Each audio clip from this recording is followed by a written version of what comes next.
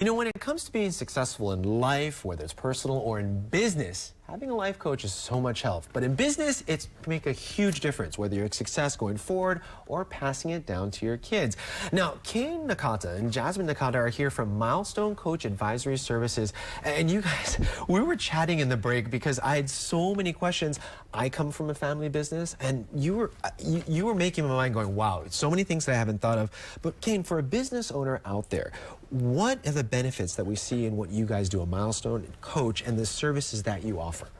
Well, the major benefit that a business owner would have working with us is we actually help a business owner exit out of his business. And we always say there's basically 4 ways. Okay. Number 1 is death, 2, disability, retirement, or the sale of their business. We're hoping the first 2 don't occur, death or disability. So we try to focus most of our time on retirement and the sale of the business. When it comes to retirement, it's really making sure that the business owner will be able to sustain their lifestyle, but more importantly, not run out of money through their lifetime. Yeah, and you know, we're living longer and longer. Absolutely. You know, we really have to think about maybe 20, 30 years, maybe longer down the road. And you and I were actually chatting about this because I come from the son or the younger generation side, and we see that in Hawaii so much. The generations moving on, wanting to pass it on, but I mean, my mom built a great company, and I know that she's not going to just give it to me. And I need to start thinking now, on things in the process of what I should do if I want to go down that road of buying the company from her. Well, we always tell people the earlier you start, the easier it is. You know, because you got to understand, if it comes to the day that she wants to sell the business, to come up with all that money is going to be very difficult. Impossible. And challenging. Yes, you're so right.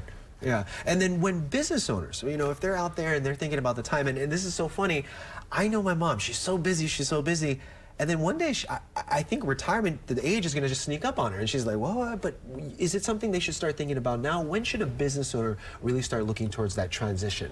Well, it's kind of like if you're going on a trip, you know where your end destination is. So true. You don't just start traveling along and hope you get somewhere. And when it comes to a business, it's no different. You need to have the end result in mind, and then plan backwards from there. Very interesting. Oh, wow. I mean, just thinking about that frame point, yeah, you always do it that way. Now, talk about that process. You know, if there's someone out there that wants to call you guys, what are some of the things that you go through, and especially to get ready for that transition in the future? Yeah, so basically at Milestone Coach, we follow kind of an 8-step process. I mean, the first would be qualifying the needs of the business owner, just making sure that there is a need there, what we also know as fact-finding or data collecting. Okay. And the second step is that Caine will actually go in and meet with the business owner to confirm a lot of the information that was initially given. And then at that point, what we do is we address some of the major concerns that the business owner has. And it's funny because this is not something as a business owner you're going in and going, no. It's a together thing because we're all going to the same goal. You want them to succeed and be happy, right? Absolutely. And then the third step would be research. I mean, that's usually the most extensive step because every client, every business is entirely different. We have to make sure we do our due diligence to make sure that when we do go back on the 4th step to propose a plan there for the client, we've done our homework. And so we're very fortunate to have our back office team and do that essentially with us. The 4th step is presenting the initial proposal with the client.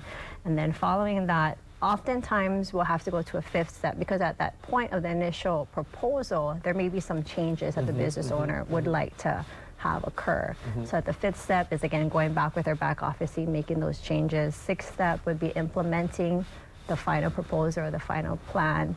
And then following that, and then the 7th step is the actual acceptance of the client of the final, you know, plan that we've put together. And then 8th would be basically servicing the client every 6 months or so. You know, I love that we went through this because seriously, for a business owner out there, we're used to it. We need a business plan, having a plan, and having this step-by-step process. I'm sitting there going, okay, yeah, that makes so much sense. And the communication goes back and forth all the way through. Absolutely.